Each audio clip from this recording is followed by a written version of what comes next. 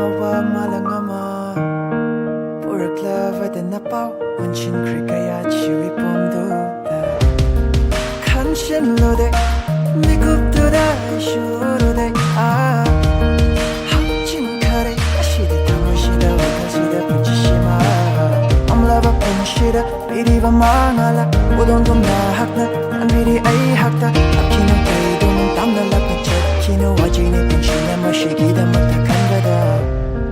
Englaba Naushumdo Tajiki wanglen kaya Langon kaya matamna lairifo Jingjung gom sheng lava